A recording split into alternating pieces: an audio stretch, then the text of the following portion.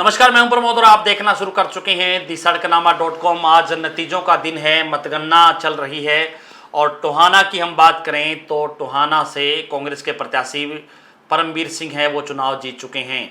10,836 वोटों से परमवीर सिंह हैं, उन्होंने चुनाव जीत लिया है और भारतीय जनता पार्टी के प्रत्याशी देवेंद्र बबली हैं, वो चुनाव हार गए हैं।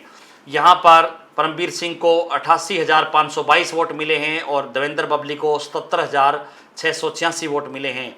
इनेलो के कुणाल करण सिंह को 9773 वोट मिले हैं यहाँ पर, और आम आदमी पार्टी के सुखविंदर सिंह को 1616 वोट मिले हैं। इसी तरह से जननायक जनता पार्टी के लोस्ट को 591 वोट मिले हैं।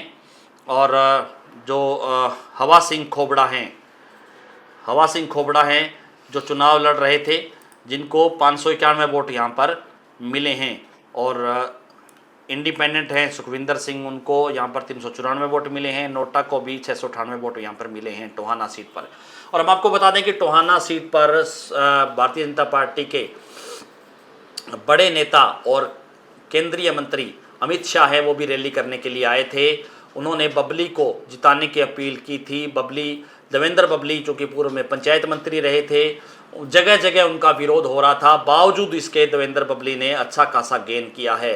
70,000 से ज़्यादा वोट है वो देवेंद्र बबली ने हासिल किए हैं, लेकिन परमवीर सिंह के सामने वो चुनाव हार गए।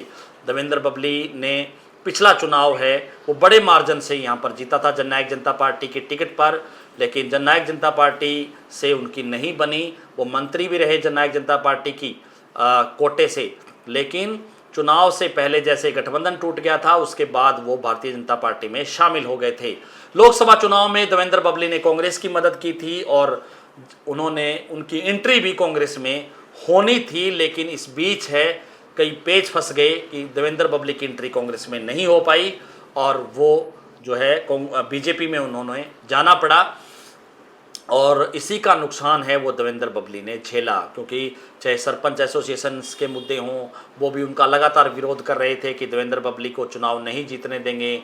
जगह जगह पर जाकर के उनको विरोध का सामना है देवेंद्र बबली को करना पड़ा था, लेकिन बावजूद इसके देवेंद्र बबली अच्छा खासा वोट बैंक है वो लेकर के गए हैं।